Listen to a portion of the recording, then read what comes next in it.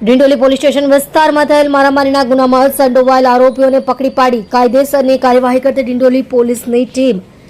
ગઈકાલ તારીખ 24/5/2026ના કલાક 22:30 થી કલાક 23 વાગ્યાના દરમિયાન ફરિયાદી તેમના મિત્રોની સાથે ભેસ્તાન આવાસ એ બ્લોકની પાછળ જૂની શાકભાજી માર્કેટ પાસે હાજર હતા ત્યારે આરોપીઓ મોયા ઉર્ફે બટકા તથા શાહરૂખ ઉર્ફે બટકા તથા મોહસિન ઉર્ફે પોપટ અને અનીસ શેખ નાઓ ફરિયાદી તથા તેમના મિત્રોની સાથે ગાળાગાળી કરી લાકડાના ફટકા વડે તથા લોખંડના પાઇપ વડે માર મારી ફરિયાદીના મિત્રને ચપ્પુ મારી ગંભીર ઇજાઓ પહોંચાડી નાસી ગયેલ હોય છે અંગેની ફરિયાદ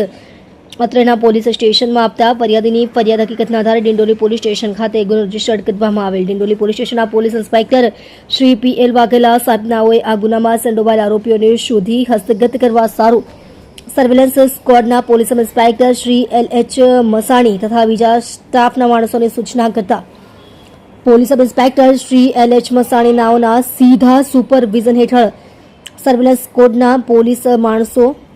આરોપીને શોધી કાઢવા સારું કાર્યરત હતા. દરમિયાન ASI અરવિંદ વાસુદેવ તથા હેડ કોન્સ્ટેબલ મિલિંદ તુકારામ નાઓને મળેલ બાતમી હકીકતના આધારે સદર ગુનાના આરોપીઓ મોયુદ્દીન મલંગભાઈ શેખ